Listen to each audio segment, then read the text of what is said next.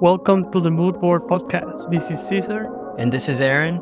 and we are two creatives helping others unlock their creative potential by having meaningful and insightful conversations. Today, we're going to share some interesting news about the podcast, as well as some advice for you guys that are starting to grow your design practice, your freelance, or your business. And we want to start the conversations about how to navigate those scenarios where you are starting to grow. And we also have another list of topics and experiences that we've had this week that we would like to share with you guys. Yeah, absolutely. Welcome back to another episode. All right, Caesar. So what are we going to talk about first? Maybe the idea of knowing when to outsource work, I think is a good place to start. Yes. So to provide a little bit of context, we here at the Moodboard, with the Moodboard, we want to have a wider outreach. We also want to make sure that we are focusing on providing high quality content, relevant content for the community here. And so Aaron and I want to spend time on crafting and curating really good podcasts for you guys, but that will mean that we will have less time for other things, such as editing our podcast or doing marketing content, creating the marketing content, and managing the social media outlets and things like that. So Aaron and I have been discussing for the past week ways that we can grow, but without us necessarily having to, I don't want to say suffer, but put ourselves under pressure Yeah. that is going to take away from other things in our lives, in our careers. Because Moodboard for us is something that we're doing extra on top of our daily jobs, daily activities, and we're happy to be doing this, and we want to continue doing it. However, Yeah. we want to grow. So Aaron and I, yes, we were discussing different ways that we can go about it. Yeah.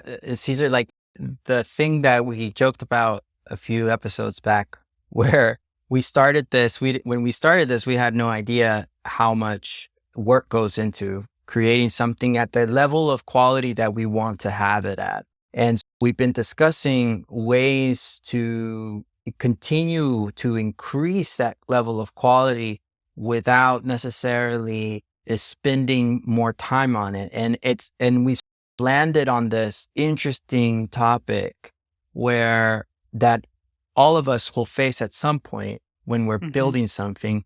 And that's when do you start to outsource work? And what are some ways to continue to increase the quality of the work by making strategic and smart decisions? And one of those things that we've thought about is maybe adding someone to the team to help us with editing and creating content, for helping us take the content, which is in the podcast, a long video, a long audio, and helping us identify what parts would resonate most with the audience and putting those into short clips so more people can discover us and discover the information that we share here. Yes, because at the end of the day, we can create really great work, but if no one is discovering us or we Right. are not having the reach that we would like to have, then in some way, yes, we are, let's say, the dilemma of successful artists and great artists. The great artist Yeah. creates great art, but no one knows about it. The Right. successful artist creates really good art, but everyone knows about it. So we want to be successful artists and want to make sure that a lot of people know about us. Yeah, because I think a lot of the main motivation for us has been to share our combined experience with people who are starting out, people who are curious to learn how other creative people operate and work. And to do that, we have to use the mediums that are at our disposal. And that requires a lot of work. I'm sure we could just chop something up and have low quality stuff, but I do think that it's worth exploring, finding someone who is interested in the content, interested in working with us to help build this. So yeah, we have for the people who are just listening on audio, we have a slide here that's titled Knowing When to Outsource Work. New person on the Moodboard team, question mark. So we're starting to share our notes in the video podcast. If you're curious about that, you can also watch this podcast on YouTube. I believe on Spotify, it's a video as well. So that brings us to, do you think we covered pretty much like the gist of what okay. Was pretty straightforward. Yeah, we don't have a job board posting yet. We're just putting this out there into the ether and putting our feelers out there. So if you know of anyone who's looking for a side gig, of course, this is paid. Reach out to us. Let us know that you're interested, or if you know someone who may be interested. We're looking for someone who is full of new ideas and excited about creativity and the process of designing, all of those things that we cover here on the podcast. So if you know anyone, please let them know to reach out. All right, let's move on to the next thing, Cesar. Let's see. I have here our show notes. Cesar sent me this article that is titled, Stop Giving Fashion Jobs to Tech People. Cesar, please tell me more about why they should stop giving fashion jobs to tech people. Well, I came across this article on LinkedIn, and it made me think of a scenario or situation we often run in design, specifically in footwear design. In footwear design, it's not a common craft that you can learn, that you can go and learn. So it's very specialized. Very few places teach how to make footwear, how to design footwear, how to understand manufacturing processes. So the pool talent to draw from, it's very limited. Like the highly skilled pool talent is very limited to draw from. Can I ask you something? Yes. What is the reason behind that? Why is there such a small pool of people that know how to do that? Well, one, it's because people just stop doing it. Like people stop deciding to pursue a career in footwear making. So now the people that have experience, the few people that have experience, they had the choice to either teach and share what they know, to continue the next generation, to nurture the next generation of footwear makers, but a lot of people are not making that choice. So it's a little bit of like lack of making the choice to pursue that, to go through that path of, hey, let me do what it takes to become a footwear designer slash maker. So you start having to rely on people that can, I don't know, do 60% of the job or 70% of the job, and they lack the technical expertise, but decide to rely on factories or outsource development teams that will provide you with the technical support. At the end of the day, the industry suffers. It's important for designers to fully understand every step of the process in footwear and to understand the manufacturing process attached to those ideas. So for example, when I design, I attach everything that I do to a manufacturing process, to an established manufacturing process. So I'm not just creating fantasyland products that are not feasible or will take a lot to be feasible. I try to be resourceful and I try to be clever about how I combine different manufacturing processes and how to do things without disrupting too much the development process. I see. Coming back to the article, it pretty much, we can also label it as stop giving jobs to the wrong people, because that affects the industry and that affects also the state of the industry, which right now is not the best state, because I think a lot of people want to blame upper management with the lack of leadership, which, sometimes, yes, that's the problem. But there is also another problem, which is the lack of skill talent, the lack of the Mm. proper talent working on the right job. So in some scenarios in the footwear industry, there are footwear designers that came from graphic design or that came from, I don't know, automotive design. And if your job, if your mission is to just draw, anyone could do it. But if your job is to like, okay, to make footwear that works, to translate designs into ideas that are manufacturable, then that's when it starts becoming a little bit challenging. And I think footwear designers would be better designers if they knew inside out the manufacturing process that are used in the industry and understood the making process of a shoe. So just as an example, me looking back, I had an interesting approach to becoming footwear designer, footwear maker, because I first learned how to make shoes and I started designing. Oh So yeah, that's I felt like when I started designing, I had the necessary tools, the necessary knowledge, the know-how knowledge to translate that design into a shoe that you could manufacture. Because that's also another thing. Your shoe has to be able to be produced in volume. right. There's machinery that's already in place, processes that are already in place, factories that are already tuned for certain Mm. things. Totally. And So again, no, go Mhm. ahead. No, I was just going to mention, so if someone's thinking of going into this industry, the route that you're recommending is start with the foundations of how Mhm, the thing that you're aiming to do is made to mhm. better offer to offer a better service. Yes. Imagine if John Ive didn't have the, or like John Ivy didn't have the knowledge of manufacturing. I don't think the MacBook would have looked like it looks. Hadn't been he be Yeah. able to articulate that design when he shows on the Objectified documentary, like out of the same sheet that they make the Hmm. Mac desktop, the same Yeah. sheet comes out the sheet Keyboard. for the laptop. Yeah. That too. So like Dude, you have, isn't it funny?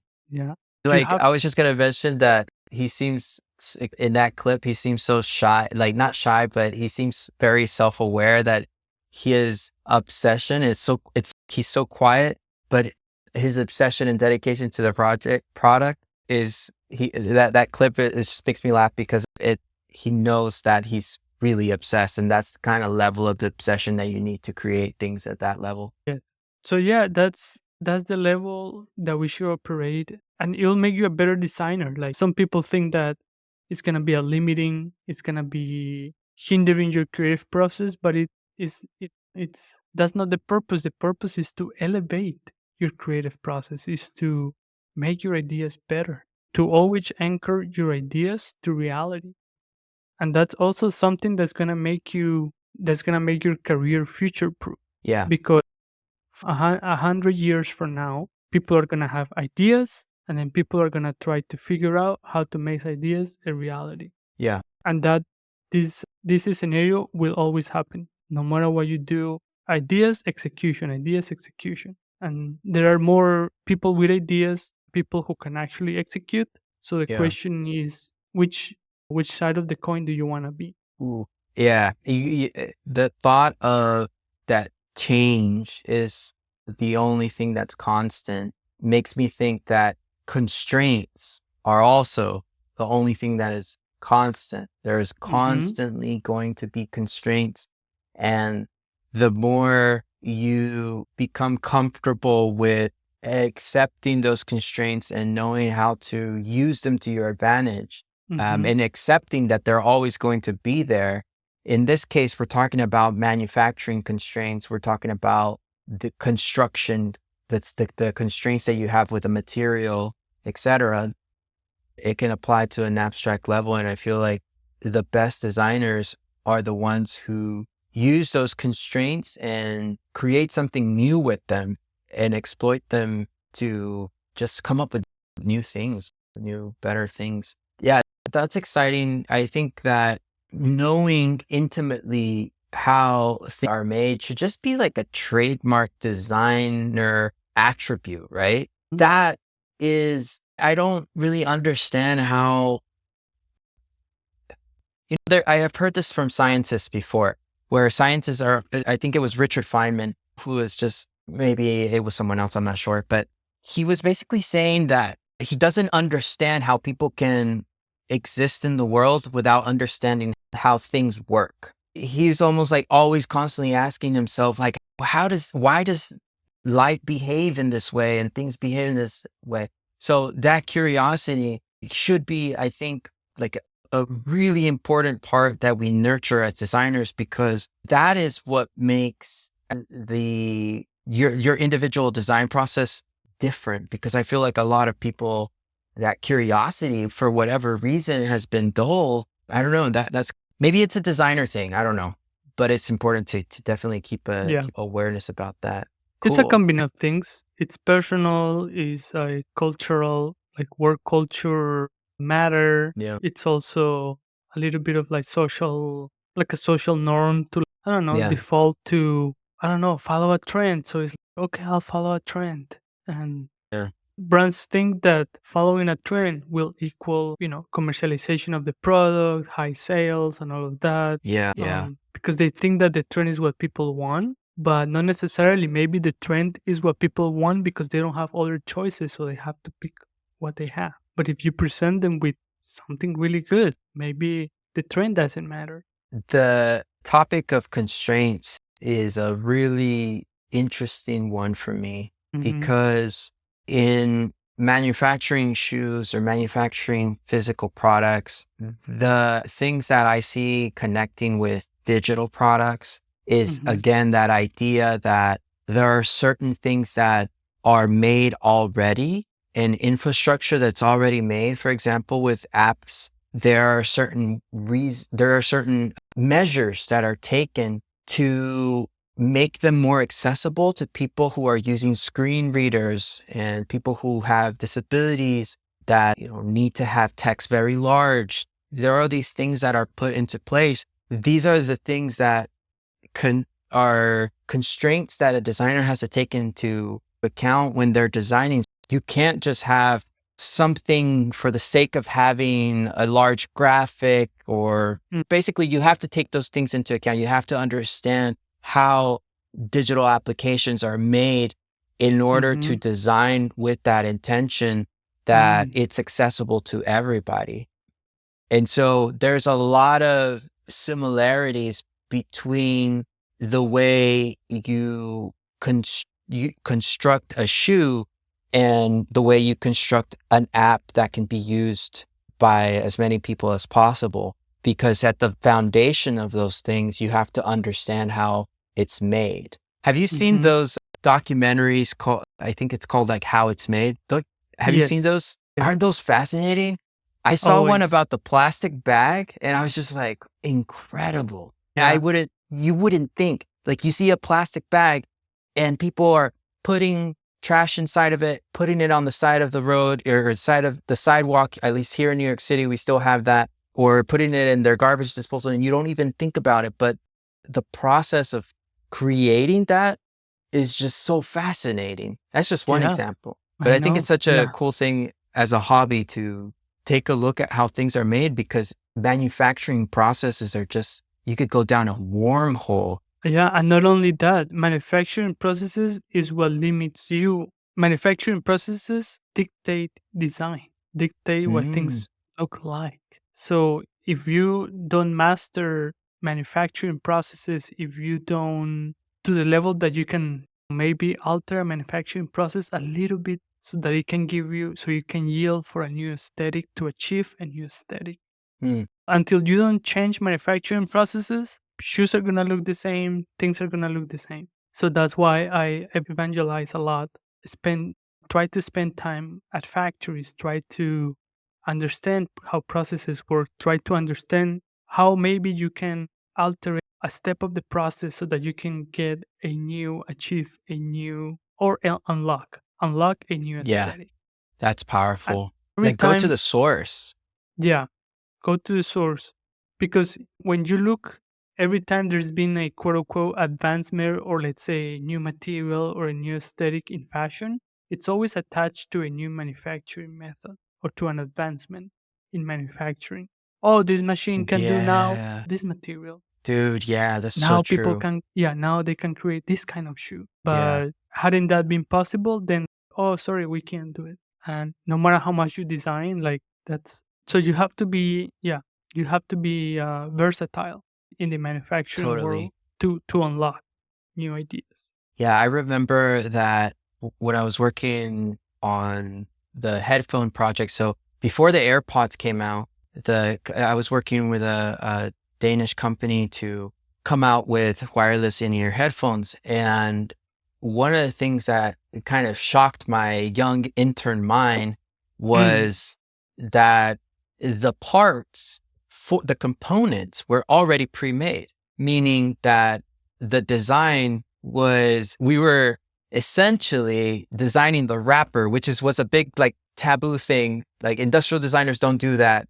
We don't do that. We design things, but in reality, we were designing the wrapper for those components. And it got mhm. me, and it got me to realize that there are very few companies in the world that can design their own custom components for their Yeah. electronics. Most of them have to, again, outsource to pre-made things to save money, to generate a profit or whatever, time constraints again. And it's up to the designer to really do something compelling with what they have. And Mhm. this brings me back to something that Johnny Ive said at one point, if I remember correctly. And it's that, and again, this during my like learning process during university, as we were studying industrial design, this kind of came as a shocker to me. And he said something along the lines of, we don't really spend that much time designing the product itself. They the majority of their time goes to designing the process to render that product. Yes. There you go. So they're essentially designing the machinery that makes the result that they're looking for. And that is an extreme version of, I think, of what you're saying, where it's important, if you want to contribute something new, you have Mhm. to take care of designing your process Yes. and coming up with something, building on top of something so that you can generate, like you mentioned, a new aesthetic or a new thing.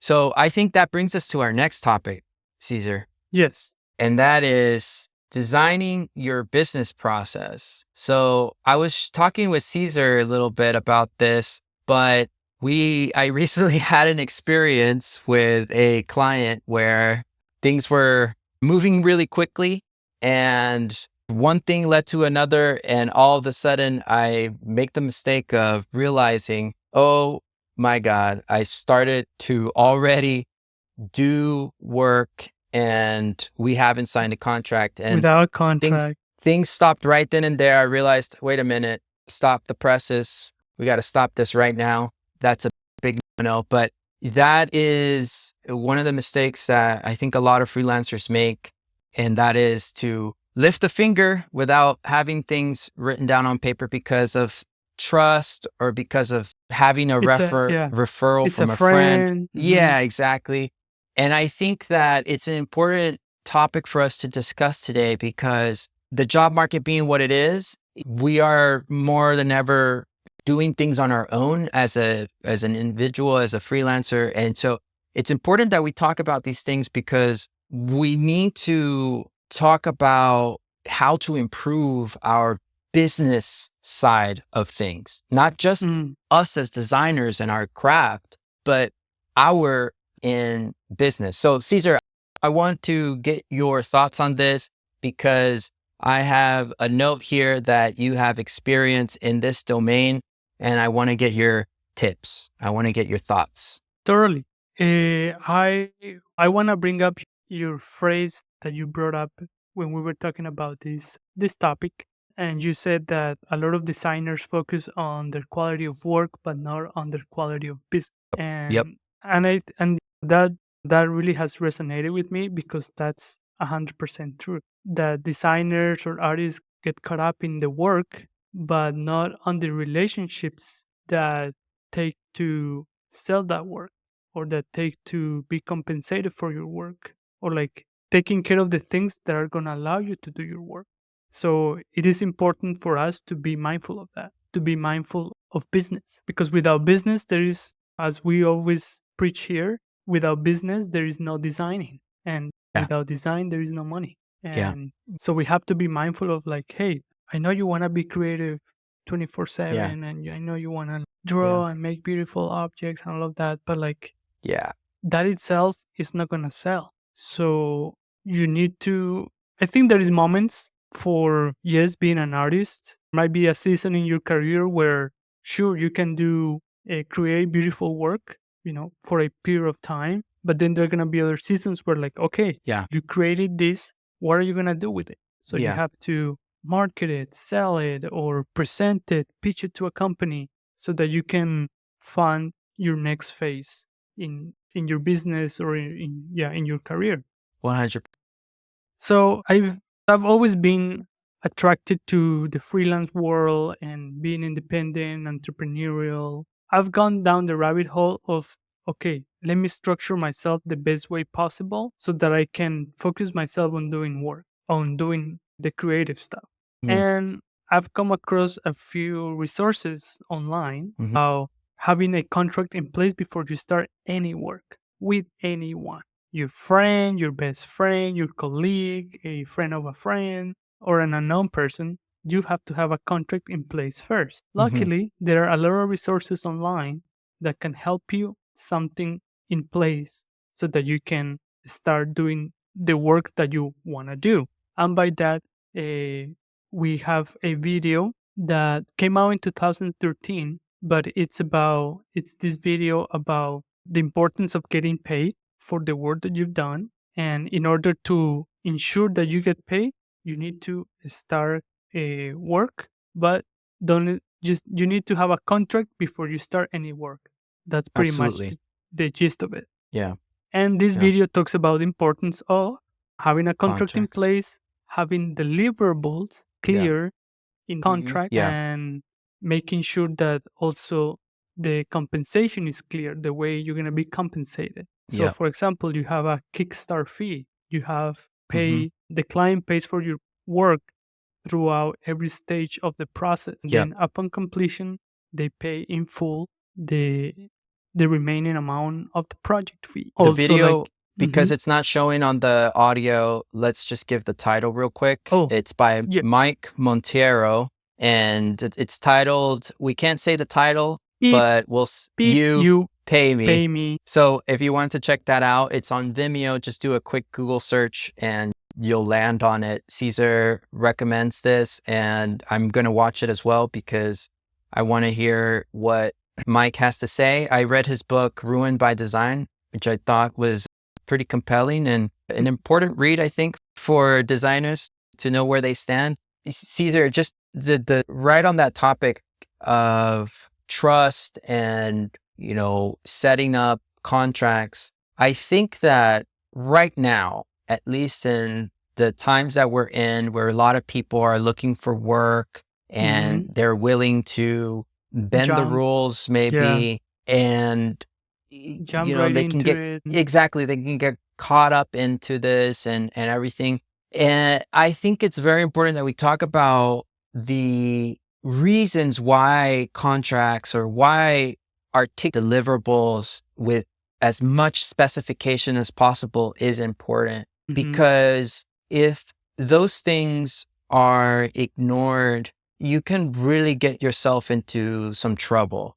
That could be financially, that could be legally, just a lot of different things. And the process is there in place to protect you and to protect your intellectual work. And so I think it's very important that we highlight, that we stress that there in our community of designers, we're very much about having great quality work. We want to be known for our work, but we also need to be aware that work will not happen if we don't have these processes in place, right? I've heard this horror story from someone that I know where they're now in a lawsuit with someone with a client, because this client owes thousands of dollars in billings.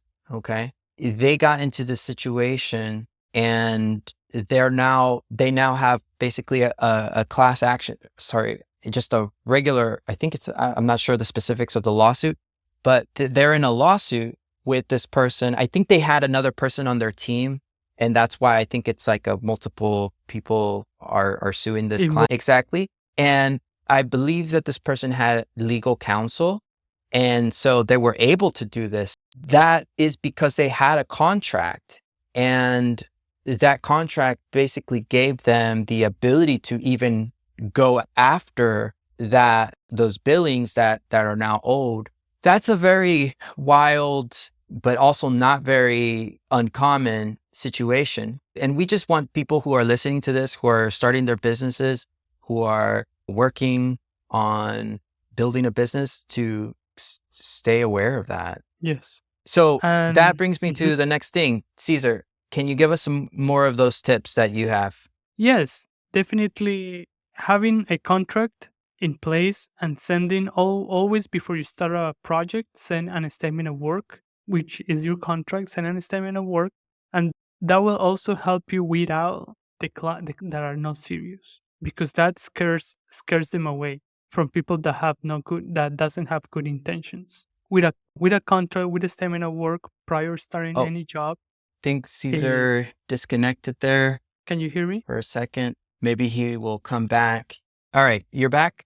I am. Am I? Yes. Yeah, you're back. Okay. I was saying that before starting any job, present a statement of work, and if the client doesn't agree to it, that means they're not serious. And presenting a statement of work before any job will help you sort out through the serious clients and the clients that are not serious. And then Aaron and I have shared a couple of books that will help you articulate and that will help us amplify this topic and will help you with the right tools, with the right language, how to navigate these conversations. Yes. So the two books that we're recommending are Success by Design. This is by David Sherwin. It's the essential business reference for designers. I highly recommend this book because it really does a great job of outlining all the different things that you need to have in place. It gives you examples. It gives you reasons why. It's just full of great quotes, and you'll probably be highlighting every page like I did. Cesar's recommending Nail It, which is Stories for Designers on Negotiating with Confidence by Ted Leonhardt, I believe. And Cesar, you were talking about the statement of work, and it got me thinking about budgeting, the budgets and the rates for your work. And I wanted to ask you about this because I'm sure that it's happened to you, and I'm sure it's happened to many others as well. When you present a rate for the work and the client says, that sounds a little too much or too expensive, is that a red flag? What do you think about that? No, it's not a red flag, because sometimes that's a strategy to get people to lower their fees. Why would anyone want to have lower fees? Because maybe they're in need for a project and they're like, okay, no problem, I'll lower the fee, but I still want the job, or I still want to do the project. But in those scenarios, you should stay firm. One, because you don't want to lose respect.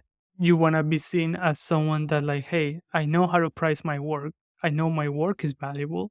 Therefore, I am not going to negotiate my compensation. However, we could be flexible and then maybe do payment terms, or there could be ways around it, or maybe, hey, tell the client, I'm willing to wait until you have the proper budget for the project. Then we can work. So there are different ways to go about it, which in the book, Nail It, they bring up those kind of scenarios where there are people that their job is just to renegotiate fees. And they always bring up the conversation of, oh, I would like a lower fee. So then it is on your side to stay firm and to tell them why you're charging.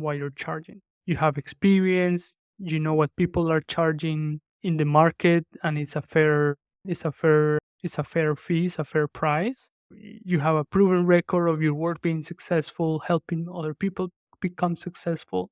So you list all Yeah. these things. And then Yeah. you also, these conversations about money and budgets, it's better to have in person, which in the book they bring up that any those kind of topics is better to talk in person. Talk in person if you can, but if you can't talk in person, do you Over mean the in person phone, as like yeah. over the phone? Okay, so have conversations over the phone, have or in real time. Yeah. In person is ideal. And I think they explain why to have those conversations in person because I think you have a higher level of influence Mhm. versus let's say via email. Yeah, Um, and then of course after these in-person conversations, what you could have a email recap yeah. of what was talked about in the meeting. Now we have So tools like Otter AI and all those things that can just record your conversations and give you those notes later. correct. So that. These are really great tips, I think, and I hope that at some point we can talk about this even deeper and maybe Mm. revisit the topic later on. If our audience thinks it's a good idea, please let us know in the comments.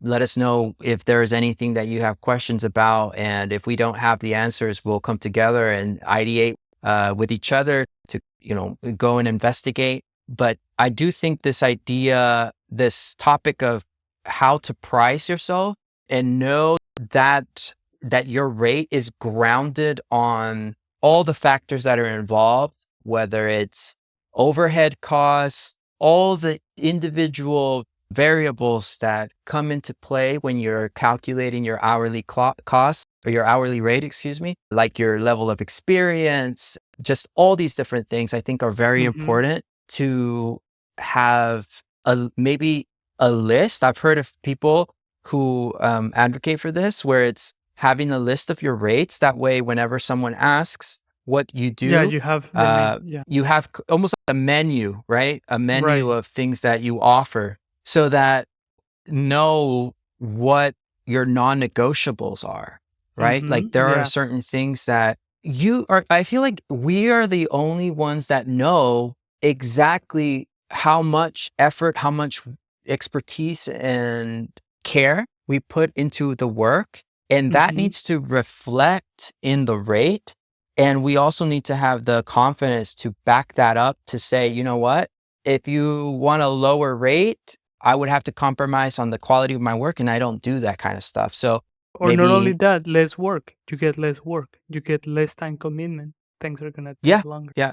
I think the ability to stay firm without, compromising on the things that are truly important are going to save you from working with unreliable and bad clients. I would say Yes. another thing that I would add to just the conversation that we're having is be aware of what is a red flag for you and keep notes on that kind of stuff. I'll give you an example. I was talking to this prospective client, dude, and they said to me, yeah, so we're working on something and I'm just curious to know if there are people dumb enough to buy this thing. And I just thought, Hmm. why would you ever refer to your customers in that way? Hmm. It made me sad. And it made me think, I don't really want to work with a person who refers to their customers in that way. And so I didn't move forward.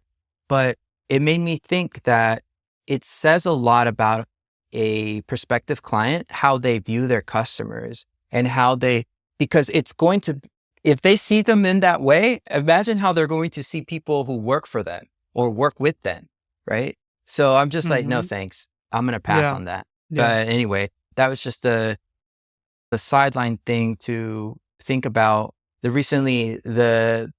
was a interview with Johnny Ive where he collaborated with a fashion company from, I think, Paris. And in this interview, he talks about how nowadays he prioritizes who he works with. And Yeah. so that's something that he takes a lot of care in selecting who he collaborates with, because that determines the quality of the work. And I really took that to heart, because as we're trying to create good work, great work, it's very, at this point in our careers, and even for people who are starting out, the quality of the people that you surround yourself with is going to determine the quality of the work that you put out. Yes, totally. That's very important, and I learned during my time at Yeezy, in my experience, I know there was a lot of work put towards finding top talent, which is something that the industry lacks nowadays. Is that I don't think companies or brands are putting on the effort and the right time to find top talent, and constraints have affected that initiative because, oh, we cannot pay for relocation for someone from across the world. You're missing out on the best talent in the world. And I think Yeah. that during my experience at Yeezy, I think that's something they did really well. It was scouting for the best talent in the world. If you want to be the best brand in the world, you have to be willing to hire the best people in the world, and not just like, oh, we're just going to hire locally. Yeah. That's very, it's going to be very hard, very limiting. And I think that's the challenge, that what happens, let's say in Portland, Oregon, Nike headquarters are there, talking about footwear as an example, because it's a clear example of what's happening. Nike headquarters are in Portland, in Beaverton, which is half an hour from Portland, but a lot of footwear companies have set up offices in Portland because they want to capture, or they want to take the Nike talent to work for their brands. However, that's a sword, because you are taking talent from a company that you're just gonna be limited to the pool talent in that area, in that city. And then also you're gonna be limited, and that people have, let's say if you take talent from Nike to your company, the Yeah. tendency is that they're gonna wanna do what they were just doing at Nike. Right. So they not necessarily, this is case by case scenario, of course, but it's a common trend, is that they're gonna copy paste what they were doing at Nike. And that Mm, means they're gonna copy paste the mistakes, or like the things they could have been doing better. But because they have already a process in their mind how to do things, they're just gonna do what they were doing there, but at your company. So that's something to be mindful of. That's the importance of hunting, scouting for fresh talent, because yeah. fresh talent is going to bring you a fresh mindset, and it's going to help you reevaluate how you're doing things. Yeah. Yeah. And I also think that once you start with someone that's really great at what they do, they start to also, in their circle of influence or in their circle of craftspeople, they can start to identify potential people that they would want on their team. And so you start with one great person, and then that person attracts more of that quality talent, because talent is, I think it's very good at identifying other talent. And so definitely something to consider there. I think this wraps up this episode. Cesar, thanks again. This has been a great conversation. I'm excited to hear what people think about this, and I want to continue to explore this format where we have the deck, mood board type style, and we get to make it a bit more interactive, where we can talk about things and write down notes and things like that. So there are a lot of things that we have in store. We talked about taking, perhaps as we're figuring out how we add the new member to the mood board team, we might take a break after this episode, or maybe there'll be one more. We're still not sure yet. We'll let people know how we do that, so that we can re-energize and keep creating even better conversations here. Guys, for tuning in. This is the Moodboard Podcast. This is Cesar.